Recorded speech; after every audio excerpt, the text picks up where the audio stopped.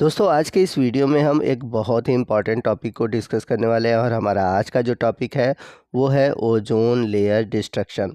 और ये जो टॉपिक है ये टॉपिक आपके BSc third year six semester zoology के पेपर सेकंड के यूनिट 4 से लिया गया है। तो वीडियो के स्टार्टिंग में सबसे पहले हम जानेंगे कि ओजोन लेयर है क्या, ओजोन लेयर पाया कहाँ जाता है और ये हमें कैसे प्रोटेक्ट करता है, यानी कि ओजोन लेयर का फंक्शन क्या है और कौन कौन से ऐसे रीज़न है जिसकी वजह से ओजोन लेयर में क्षरण हो रहा है, यानी कि ओजोन लेयर ख़त्म हो रही है। और इस ओजोन लेयर के ख़त्म होने से हमारे ऊपर या फिर एनिमल के ऊपर या फिर प्लांट के ऊपर क्या प्रभाव पड़ते हैं, इन सभी टॉपिक को हम आज के इस वीडियो में डिटेल से डिस्कस करने वाले हैं। तो टॉपिक बहुत ही इम्पॉर्टेंट है, वीडियो को आप ध्यान से देखिएगा, पूरा देखिएगा, वीडियो को कहीं स्किप मत कीजिएगा। तो अगर हम बात करें ओजोन की, तो केमिस्ट्री के लेवल से देखा जाए तो ओजोन जो है एक ट्राई एटॉमिक गैस है, यानी कि 3 अणु ऑक्सीजन के मिलने से बनता है, इसलिए इसका फार्मूला होता है O3। और ये आपको इन्वायरमेंट में ट्रोपोस्फियर और स्ट्रेटोस्फियर में देखने को मिलता है। और आपको बता दें कि जो मेनली ये पाया जाता है ये स्ट्रेटोस्फियर में पाया जाता है। तो यदि आपसे कोई पूछे कि ओजोन लेयर कहाँ पाई जाती है तो आपका आंसर होगा स्ट्रेटोस्फियर। और आपको बता दें कि हमारे पृथ्वी से लगभग 15 से 35 किलोमीटर ऊपर स्ट्रेटोस्फियर में ओजोन की लेयर पाई जाती है। तो ये जो ओजोन की लेयर है ये हमारे एटमॉस्फेयर में एक अम्ब्रेला लाइक प्रोटेक्शन, यानी कि छाते नुमा संरचना के रूप में सुरक्षा प्रदान करती है। किसे सुरक्षा प्रदान करती है? हमारे अर्थ सरफेस को। आपको बता दें कि प्रत्येक वर्ष 16 सितंबर को ओजोन दिवस के रूप में सेलिब्रेट किया जाता है। तो एक नंबर का ये भी क्वेश्चन पूछा जा सकता है कि ओजोन डे कब मनाया जाता है, तो आप याद रखिएगा 16 सितंबर को ओजोन डे मनाया जाता है। तो यहाँ पर आप फिगर में देख सकते हैं कि ये हमारा अर्थ है, अर्थ के ऊपर है स्ट्रेटोस्फियर और इसी स्ट्रेटोस्फियर वाले रीजन में आपको ओजोन लेयर दिखाई दे रहा होगा। और ये जो ओजोन लेयर है हमारे पृथ्वी के चारों ओर से घेरे हुए है और एक तरह से एक अम्ब्रेला की तरह, यानी कि छाते नुमा संरचना के रूप में हमारे अर्थ को प्रोटेक्ट करता है। आइए नेक्स्ट हम बात करते हैं कि ओजोन लेयर का हमारे जीवन में क्या रोल है। तो हम सभी जानते हैं कि जो सनलाइट से अल्ट्रा वायलेट रेज आती है, ये अल्ट्रा वायलेट रेज 3 टाइप की होती है, अल्ट्रा वायलेट ए, बी और सी। तो इस अल्ट्रा वायलेट ए, बी और सी में जो बी होता है वो ज़्यादा हार्मफुल होता है और ये जो अल्ट्रा वायलेट बी है इसका 95% जो है वो एब्जॉर्ब कर लिया जाता है ओजोन लेयर से।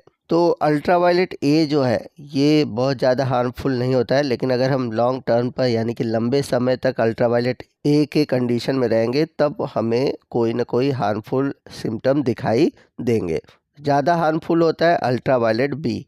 तो आपको लिखना क्या है, आइए देखते हैं कि ओजोन जो लेयर है एक नेचुरल प्रोटेक्टिव लेयर है जो कि स्ट्रेटोस्फियर में पाई जाती है और ये करती क्या है कि जो हार्मफुल अल्ट्रावायलेट रेडिएशन है उसको एब्जॉर्ब करती है और हमारे जीवन को प्रोटेक्ट करती है। तो आपको बता दें कि ये जो अल्ट्रावायलेट रेडिएशन है ये हमारे स्किन में पिनिट्रेट करती है, यानी कि अंदर की ओर जाती है और हमारे जो डीएनए मॉलिक्यूल हैं, चाहे वो प्लांट के हों चाहे एनिमल के हों, उसको हार्म पहुंचाती है।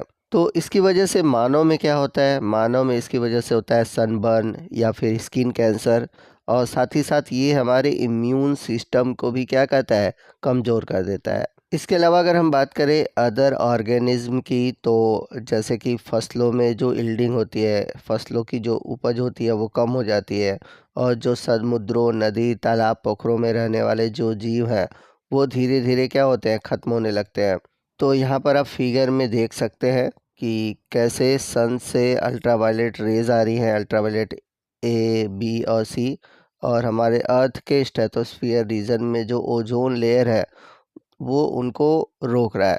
खासकर मैंने बताया था सबसे जो हार्मफुल होता है वो होता है अल्ट्रावायलेट सी, उसके बाद है अल्ट्रावायलेट बी और सबसे कम हार्मफुल होता है अल्ट्रावायलेट ए। तो अल्ट्रावायलेट सी को 95% ओजोन लेयर एब्जॉर्ब कर लेता है और जो अल्ट्रावायलेट बी है उसको लगभग 100% एब्जॉर्ब कर लेता है।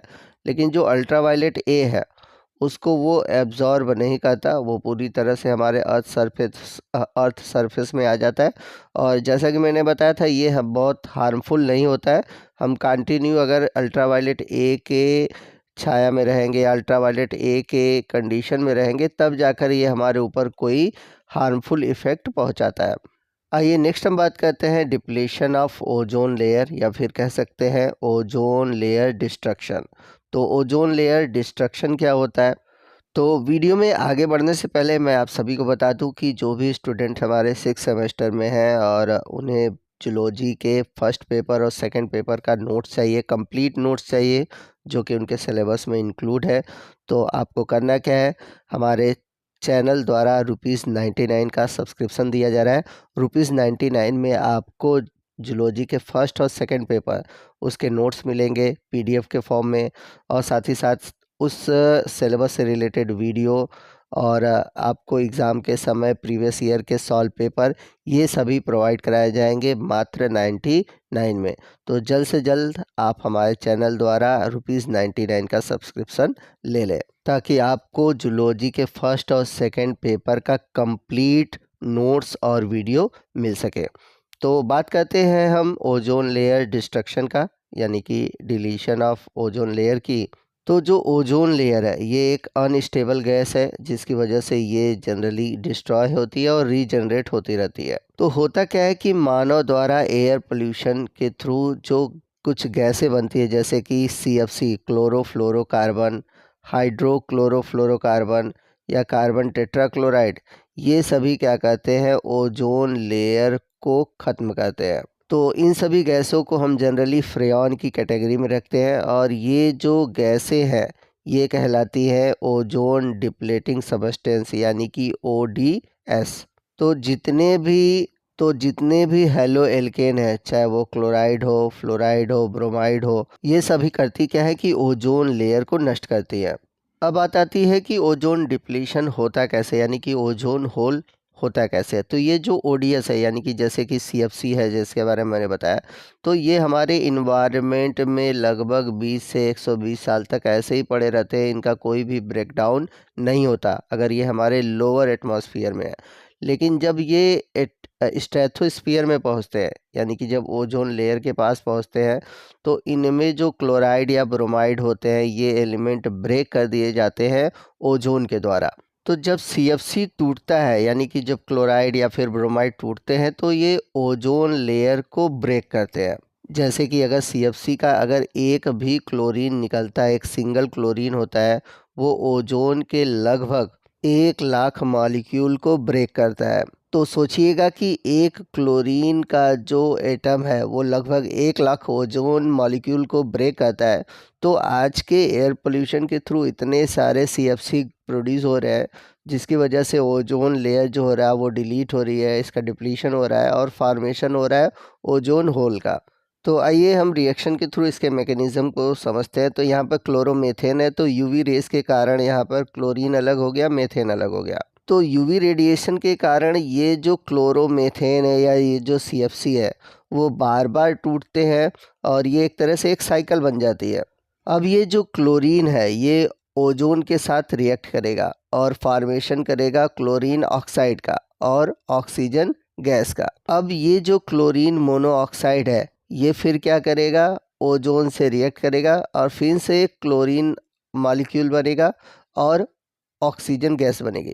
तो इस तरह से बार बार क्या हो रहा है कि एक सिंगल क्लोरीन मॉलिक्यूल ओजोन के कई सारे, यानी कि 1 लाख मॉलिक्यूल को ब्रेक करता है, और ये एक साइक्लिक प्रोसेस है जो कि चलता रहता है, जिसकी वजह से ओजोन परत जो है वो धीरे धीरे पतली होती जा रही है, जिसे हम ओजोन परत का क्षरण या ओजोन डिप्लीशन कहते हैं। तो इसके लिए आप कुछ इस तरह से फिगर ड्रा कर सकते हैं, अगर आपको फिगर के थ्रू ओजोन डिप्लीशन को समझाना है तो। आइए नेक्स्ट हम बात करते हैं कि ओजोन डिप्लीशन का हमारे ऊपर क्या प्रभाव पड़ता है। तो सबसे पहले बात करते हैं ह्यूमन हेल्थ की। तो ओजोन डिप्लीशन की वजह से कैंसर काज होता है, सन बर्न होते हैं, इसके अलावा मोतियाबिंद, जिसको हम कैटरैक्ट कहते हैं, और सबसे बड़ी बात एजिंग जो है वो बढ़ रही है, यानी कि इंसान कम समय में बूढ़ा होने लगता है।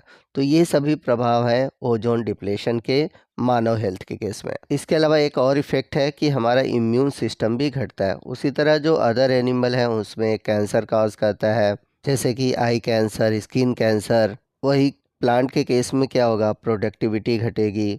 इसके अलावा जो पानी में रहने वाले जीव हैं उन पे भी प्रभाव पड़ता है। तो ये सभी इफ़ेक्ट पड़ते हैं ओजोन डिप्लेशन के कारण।